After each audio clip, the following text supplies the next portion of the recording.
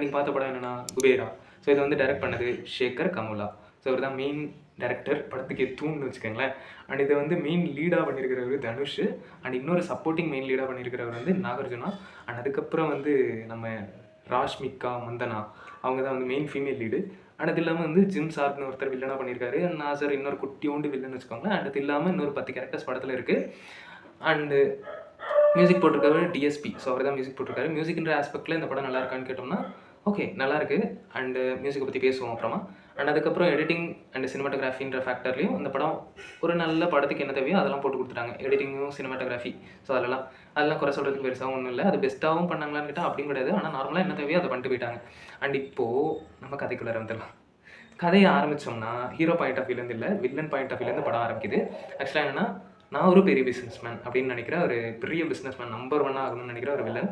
So அவர் வந்து என்ன பண்ணுறாருன்னா, இந்த பொலிட்டீஷியன்ஸை கையில் போட்டுக்கிட்டு அவர்கிட்ட இருக்கிற அந்த பிளாக்காக இருக்கிற மணியெல்லாம் கொஞ்சம் ஒயிட்டாக மாற்றலாம் அப்படின்னு சொல்லிட்டு ஒரு ஐடியாவில் பண்ணுறாரு. ஸோ அதனால் என்ன பண்ணுறாருன்னா, ஒரு 4 பினாமியை உருவாக்குறாரு. அந்த 4 பினாமிக்கு எப்படி இருக்கணும்னா, இப்போ எழுத படிக்க தெரிஞ்சிருக்கக்கூடாது, அவனுக்கு இந்த வில்லன் என்ன பண்ணுறான்றதே தெரிஞ்சிருக்கக்கூடாது. அந்த மாதிரியாக இருக்கிற ஒரு பினாமி யாராக இருப்பாங்கன்னு பார்த்தோம்னா, ஆப்வியஸாக பிச்சைக்காரங்கன்னு சூஸ் பண்ணுறாங்க. ஸோ அந்த பிச்சைக்காரங்கள்லேருந்து ஒரு 4 பிச்சைக்காரங்களே எடுக்கிறாங்க. அந்த 4 பேரில் ஒரு ஆள் யாருன்னு பார்த்தோம்னா நம்ம ஹீரோ தனுஷ். ஸோ அவர் தான் வந்து மெயின் லீடு இந்த படத்துக்கு. அண்டு அவரை கொண்டு வந்ததுக்கப்புறம் இந்த படம் டோட்டலாக சேஞ்ச் ஆயிடுது. ஸோ பிகாஸ் வந்து அவருடைய கேரக்டர் ஆர்க்குன்றது எக்ஸிக்யூஷனே வந்து ப்ராப்பராக அவருடைய மீட்டருன்றது என்னவோ அதை தாண்டி இதில் ஒன்று பண்ணியிருக்காரு. எனக்கு தெரிஞ்சு லைக் ஒரு சட்டிலான ஆக்டிங்லேயே இது பெஸ்ட் ஆக்டிங் தனுஷ்க்கு அப்படின்ற மாதிரி இருந்தது. அண்ட் அதுக்கப்புறம் சில இடத்துலலாம் இதில் ஹை பாயிண்ட்ஸ்லாம் யாருமே எதிர்பார்த்து போயிடாதீங்க. ஏன்னா ஹை பாயிண்ட்ஸ்ன்றது தனுஷ்க்கு இந்த இடத்துல இந்த படத்தில் அப்படிலாம் ஒன்றுமே கிடையாது. ஒரு 2-3 இடத்துல சின்னதாக ஒரு மாஸ் எலிவேஷன் மாதிரி வந்துட்டு போகும். அதை தவிர்த்து படத்தில் ஒன்றும் கிடையாது. கேரக்டராக இருக்கா சூப்பராக எழுதியிருந்தாங்க. அண்ட் அதுக்கப்புறம் லைக் இந்த 4 பினாமி சொன்னேன் இல்லையா? ஸோ அந்த 4 பினாமியை வச்சு இவர் என்ன பண்ணிடுறாருன்னா, பிளாக்காக இருக்கிற மணியெல்லாம் பாதி ஒயிட்டாக மாற்றிடுறாரு. இன்னும் சில மணியை மாற்றுறதுக்கு கடைசியாக வந்து சைன் போட வேண்டியது யாருன்னா தனுஷ் தான். ஸோ அப்போ வந்துட்டு என்ன பண்ணுறாங்கன்னா, தனுஷ் வந்து சைன் போடாமல் தப்பிச்சு ஓடிடுறாரு. எதனாலனா, அதுக்கு முன்னாடி அந்த 3 பேர் சைன் போட்டிருப்பாங்க இல்லையா? அந்த 4 பிச்சைக்காரங்களில் அவங்க 3 பேரையும் கொண்டு போடுறாங்க. எனக்கா என்னடா பிச்சைக்காரங்களை கூட விட்டு வைக்க மாட்டீங்களாடா அப்படின்ற மாதிரி இருக்குது அந்த வில்லனோட கேரக்டராக இருக்குது. ஸோ அதுக்கப்புறம் ஓகே கேரக்டர் ஒர்க்காக பார்க்கும்போது வில்லன் ஆரம்பித்ததுன்றது வந்து இந்த மாதிரி நல்ல ஒரு கேரக்டராக தான் ஆரம்பித்தவங்க முடிக்கிறது எப்படி முடித்தாங்கன்னு நான் அப்புறம் சொல்கிறேன். ஸோ இது வந்து வில்லனோட கேரக்டர் ஆர்க். அது இல்லாமல் எல்லாருடைய கேரக்டர் ஆர்க்ஸுமே வந்துட்டு நல்லா ஆரம்பிச்சிருப்பாங்க. ஒரு சூப்பராக தனுஷோடைய ஒரு கேரக்டர் ஆர்க்காக இருக்கட்டும். அண்ட் அந்த மாதிரி ஒவ்வொரு லீட்ஸுமே இப்படி ஆரம்பித்து இங்கே கொண்டு வந்து நிற்கிது அப்படின்ற மாதிரி இருக்கும். ராஷ்மிகாவோடது ஆரம்பித்தது நல்லாயிருக்கும். ஒரு ட்ரெயின் ஸ்டேஷனில் ஆரம்பிக்கும். அண்ட் அதுக்கப்புறம் இந்த கேரக்டர்ஸ்லாம் முடிஞ்ச விதம்ன்றது இருக்கு இல்லையா?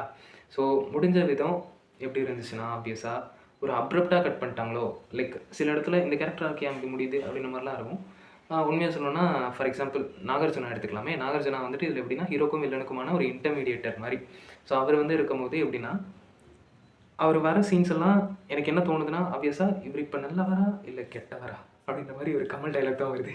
ஆனால் அவருக்கே அது புரியலன்னு நினைக்கிறேன். எனக்கு தெரிஞ்சு படத்தோடைய கேரக்டர் தின்லைனே அவருக்கு அப்படி தான் இருக்குது. மேபி கடைசியில் வந்து அவர் ஒரு பாயிண்டில் வந்து அவருக்கான ஒரு பேட் சுச்சுவேஷன் ஒன்று நடக்கும்.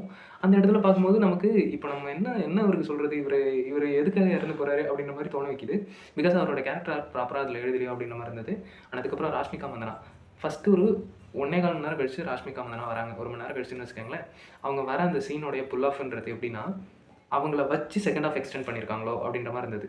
பிகாஸ் அந்த கேரக்டர் படத்துக்கு தேவையானு கேட்டால் ஆப்வியஸாக தேவையில்லை. அதை கட் பண்ணி தூக்கி போட்டிருந்தா ஃபஸ்ட் ஹாஃபோடைய படம் ஆக்சுவலாக முடிஞ்சிருக்கும். ஏன்னா ஃபஸ்ட் ஹாஃபில் அந்த 4 பினாமியில் 3 பேரை கொல்றாங்க. அந்த 3 பேரை கொல்றாங்க இல்லையா அந்த வில்லன்ஸ். ஸோ 4வதா தனுஷையும் கொல்ல வரும்போது அவர் தப்பிச்சு ஓடிடுறாரு. ஸோ தப்பிச்சு ஓடினவருன்றது பிடிக்கிறதுக்கு எவ்வளோ நேரம் ஆகிருக்குது. ஆனால் அதில் கொஞ்சம் ப்ரில்லியண்ட்டாக ஏதாவது எழுதியிருக்கலாம். ஆனால் அதை ராஷ்மிகா மந்தனா ஹீரோயின் லீடாக வச்சு எழுதுனதுன்றது அந்த இடத்துல பெருசாக இன்ட்ரெஸ்டிங்காகவும் ஒர்க் ஆகலை. பிகாஸ் அது ராஷ்மிகான்னு போகும்போது அது ஒரு மாதிரி ரொமான்டிக் மூடுக்கு போகுது. லைக் ஒரு மாதிரி எமோஷ்னல் கலந்த ஒரு ரொமான்ஸ் அப்படின்ற மாதிரி போகும்போது லைக் ஆப்வியஸாக அந்த இடத்துல கொஞ்சம் டல்லாகுது. பிகாஸ் இது த்ரில்லிங் ட்ராமான்ற ஃபேக்டரில் படம் அது வரைக்கும் மூவ் ஆகிட்டு இருந்தது. அதுக்கப்புறம் ரொமான்டிக், எமோஷ்னல், த்ரில்லிங் ட்ராமா இப்படின்ற மாதிரி மாறுது.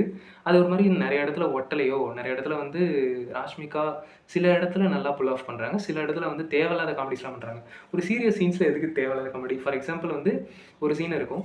என்னன்னா வந்து நாகார்ஜுனா இந்த மாதிரி வந்து சொல்லுவார், நாங்கள் இந்த மாதிரி உங்களுடைய நம்பரை வந்து ட்ரேஸ் பண்ணி தான் நாங்கள் உங்கள் இடத்துக்கு வந்தோம் அப்படின்ற மாதிரி சொல்லும்போது, அப்படின்னா என் பாய் ஃப்ரெண்ட் நம்பர் இருக்குது, அவனையும் வந்து காணலை, நீங்கள் அவங்களுடைய நம்பரையும் வந்துட்டு ட்ராக் பண்ணி எனக்கு சொல்கிறீங்களா அப்படின்னு சொல்லிட்டு, இது எதுக்கு தேவையில்லாத காமெடி அப்படின்ற மாதிரி தான் இருந்தது நிறைய இடத்துல. அண்ட் அதே மாதிரி அவங்கள வச்சு தான் செகண்ட் ஹாஃப் ஃபுல்லாக ட்ராக் பண்ணி கிளைமேக்ஸ் கொண்டு வந்து முடிச்ச மாதிரி இருந்தது நிறைய இடத்துல. செகண்ட் ஹாஃப் எனக்கு தெரிஞ்சு ஓவராலாக பார்க்கும்போது ஸ்க்ரீன் ப்ளே ரொம்ப வீக்காக இருந்தது. ஃபஸ்ட் ஹாஃப் வந்து சூப்பரான ஸ்க்ரீன் ப்ளேவாக இருந்தது. அண்டு தனுஷோடைய ஆக்டிங்க்கு வந்துடலாம். தனுஷோடைய ஆக்டிங்கிறது எனக்கு தெரிஞ்சு one of the peak acting இந்த படத்தில். லைக் நிறைய இடத்துல அவர் புல் ஆஃப் பண்ண அந்த டைலாக்ஸாக இருக்கட்டும், டைலாக்ஸ்லாம் வந்து அவர் நார்மலாக ஒன்றும் தெரியாத மாதிரி தான் பேசுவார். பட் அந்த டைலாக்ஸுமே வந்து அவ்வளோ பவர்ஃபுல்லாக இருக்கும். லைக் வந்து என்னென்னா, இப்போது நம்ம போயிட்டு செத்துடலாம் அப்படின்ற மாதிரி ராஷ்மிகா ஒரு டைலாக் சொல்லுவாங்க. அதுக்கு வந்து இவர் எதுக்காக சாகணும், பொழைச்சிக்கலாமே, பொழைச்சா என்ன ஆக போகுது அப்படின்னு ராஷ்மிகா கேட்பாங்க. அதுக்கு வந்து இவர் பொழைச்சா தானே வாழ முடியும் அப்படின்ற மாதிரி ஒரு சில கான்ட்ராடிக்ட்ஸான சூப்பரான டைலாக்ஸ்லாம் சொல்லியிருப்பாரு. அது லைஃப்க்கும் தேவை, சைக்காலஜியாக. லைக் நிறைய டைலாக்ஸ் இந்த மாதிரி இந்த படத்தில் ப்ராம்ப்டாக உட்காந்து எழுதியிருக்காங்க. அது வந்து படத்தை இன்னும் எலிவேட் பண்ணுது. சில சீன்ஸ்லலாம் பணமே வேணாம் அப்படின்னு சொல்லிட்டு போகிற தனுஷும், இன்னொரு சீனில் தன்னை மாதிரி ஒரு கோடி பேர் இருக்காங்க, அவங்களுக்கு நான் ஏதாவது பண்ணணும், என்ன மாதிரி யாரும் கஷ்டப்படக்கூடாது அப்படின்னு சொல்லிட்டு வில்லன் கிட்ட ஒரு டைலாக் பேசுவார். எனக்கான 10,000 கோடி எனக்கு தேவை, அதை வச்சு நான் இங்கே இருக்கிற நிறைய பேரை வந்து என்னால் காப்பாற்ற முடியும் அப்படின்ற மாதிரியான ஒரு ஐடியாலஜியில் ஒரு பாயிண்டில் ஹீரோ தனுஷ் பேசும்போது அவர் ஹீரோ அப்படின்ற மாதிரி ஏற்றுக்க முடியுது. ஆனால் அதே இடத்துல லைக் வில்லனுடைய கேரக்டராக இருக்க முடியும் போது லைக் ரொம்ப பவர்ஃபுல்லாக இருந்தவர் தான் கடைசியில் வந்து குப்பை மூட்டில் அடிபட்டு சாகிறான் அப்படின்ற போது, ஏன்னா அவனுக்கு ஒரு வில்லன் கேங் நிறைய பேர் இருப்பாங்க, அவங்களாம் வந்து எதுவுமே பண்ணலையா அந்த இடத்துல வந்து அப்படின்ற மாதிரி இருக்கும். அந்த மாதிரி நிறைய சீன்ஸ் வந்து லாஜிக்லாம் விட்டுட்டு பார்த்தோம்னா படம் எங்கேயோ போகுது அப்படின்ற மாதிரி இருக்குது. செகண்ட் ஹாஃபில் வந்து நிறைய இடத்துல படம் ரொம்ப அடி வாங்குது. ஏன்னா பெரிய ஒரு கார்ப்பரேட் வில்லன்றப்போ அவனுக்கு நிறைய கேங்ஸ்டர்ஸ் அந்த மாதிரி தெரிஞ்சிருக்கணும். ஸோ அந்த மாதிரி இருக்கும்போது இவரை ஈஸியாக பிடிச்சிடலாம் ஒரு பாயிண்டில் ஓடினா கூட. அப்படின்னும் போது படத்தை வச்சு அது ஒரு கிட்டத்தட்ட 1.5 மணி நேரம் ஓட்டிடுறாங்க. எனக்கா அப்படின்ற மாதிரி இருக்குது. ஆனால் டிஎஸ்பி இதை ஹோல்ட் பண்ணுறதுன்றது செகண்ட் ஹாஃப் ஸ்க்ரீன் ப்ளே ரொம்ப லேக் ஆகும்போது, ஒன்று டிஎஸ்பியோட மியூசிக் அவரோடது ஹோல்ட் பண்ணுது, ரெண்டாவது வந்து தலைவன் தனுஷோடைய ஆக்டிங், இது 2 தான் ஹோல்ட் பண்ணுது. ஆப்வியஸாக டிஎஸ்பி எடுத்துக்கிட்டோன்னா அவர் பிஜிஎம் போட்டது வந்து ஓகே இஷ்ஷாக தான் போட்டிருக்காரு. நிறைய இடத்துல ஒர்க் ஆகுது, நிறைய இடத்துல ஒர்க் ஆகலை. அண்ட் அது இல்லாமல் 2 சாங் முக்கியமாக போட்டிருக்காரு. ஒன்று வந்து போய் வா நண்பா. ஸோ அது வந்து செம்மையான பெப்பி நம்பரு, செம்மையாக உங்களுக்கு ஒர்க் ஆகும். மேபி ட்ரை பண்ணி பாருங்கள். அதை கேட்டவுடனே எனக்கு என்ன தோணுச்சுன்னா, மேபி லைஃப்னால் இவ்வளோ தான் போல, இப்படி தான் இருக்கும் போல் இருக்குது நமக்கும் அப்படின்ற மாதிரி.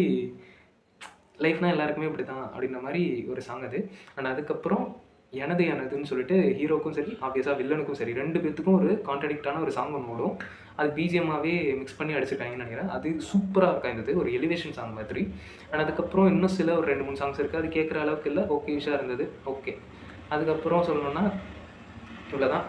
எனக்கு தெரிஞ்சு இதை தவிர கதையாகவும் ஒன்றும் சொல்கிறதுக்கு இல்லை. நீங்களே போய்ட்டு இதுக்கு மேலே பார்த்து தெரிஞ்சுக்கோங்க. லைக் ஓவராலாக பார்க்கணுன்னா எனக்கு தெரிஞ்சு ரொம்ப பெஸ்ட்டுன்னு சொல்லிட முடியாது, ரொம்ப ஒஸ்ட்டுன்னு சொல்லிட முடியாது, ஒரு ஆவரேஜ் வாட்ச்னு வச்சுக்கோங்களேன். ஸோ ஒரு ஆவரேஜ் ஃபுல் தான் இந்த படம். இதை தவிர மற்றபடி எதுவும் சொல்கிறதுக்கு இல்லை. நீங்கள் போய்ட்டு தேட்டர்ஸில் பார்த்து தெரிஞ்சுக்கோங்க. இன்றைக்கி தேட்டர்ஸில் ரிலீஸ் ஆகிருக்கு. அவ்வளோதான், வரட்டா, பை பை, லவ் யூ.